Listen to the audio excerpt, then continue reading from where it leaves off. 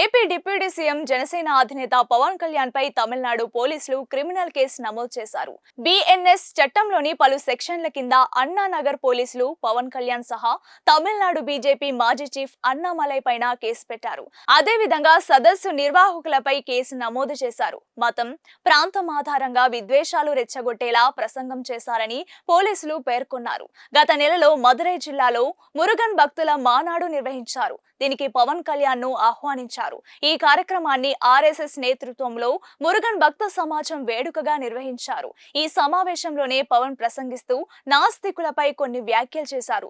నాస్తికులకు హిందూ దేవుళ్లను కామెంట్లు చేసే అర్హత లేదన్నారు. హిందూ మతాన్ని, హిందూ దేవుళ్లను విమర్శించే సోకాల్ లౌకికవాద పార్టీలు దిగుమతి చేసుకున్న మతాలను విమర్శించగలరా? ఆ దమ్ముందా అని తమిళనాడు సీఎం స్టాలిన్ కు సవాల్ రువ్వారు. నాస్తికులమని, లౌకిక వాదులమని చెప్పుకుంటూ కొందరు హిందూ మతంపై దాడి చేస్తున్నారని పవన్ కళ్యాణ్ అన్నారు.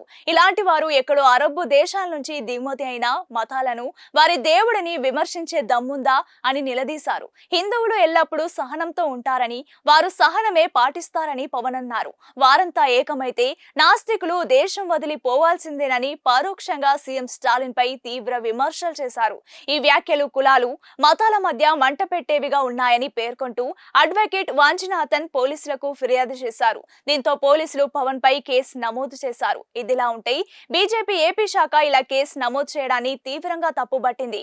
ఏపీ బీజేపీ నూతన అధ్యక్షుడు పివిఎన్ మాధవ్ మాట్లాడుతూ ఇది మురుగన్ పై పెట్టిన కేసేనని అభివర్ణించారు.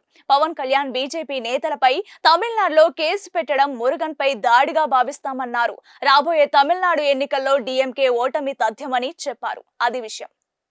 ఏపీ డిప్యూటీ సీఎం జనసేన అధినేత పవన్ కళ్యాణ్ పై తమిళనాడు పోలీసులు క్రిమినల్ కేసు నమోదు చేశారు.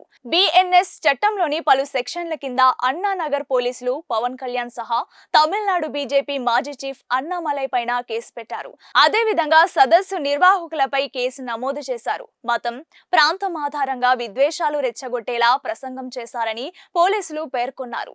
గత నెలలో మదురై జిల్లాలో మురుగన్ భక్తుల మానాడు నిర్వహించారు. దీనికి పవన్ కళ్యాణ్ ను ఆహ్వానించారు. ఈ కార్యక్రమాన్ని ఆర్ఎస్ఎస్ నేతృత్వంలో మురుగన్ భక్త సమాజం వేడుకగా నిర్వహించారు.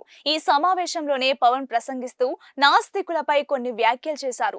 నాస్తికులకు హిందూ దేవుళ్లను కామెంట్లు చేసే అర్హత లేదన్నారు. హిందూ మతాన్ని, హిందూ దేవుళ్లను విమర్శించే సోకాల్ లౌకికవాద పార్టీలు దిగుమతి చేసుకున్న మతాలను విమర్శించగలరా?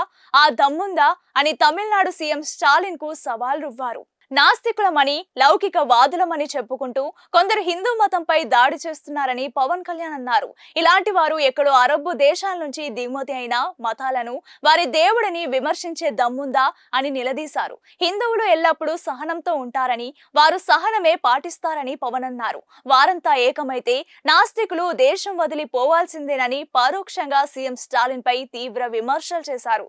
ఈ వ్యాఖ్యలు కులాలు, మతాల మధ్య మంట పెట్టేవిగా ఉన్నాయని పేర్కొంటూ అడ్వకేట్ వాంచినాథన్ పోలీసులకు ఫిర్యాదు చేశారు. దీంతో పోలీసులు పవన్ పై కేసు నమోదు చేశారు. ఇదిలా ఉంటే బీజేపీ ఏపీ శాఖ ఇలా కేసు నమోదు చేయడాన్ని తీవ్రంగా తప్పుబట్టింది.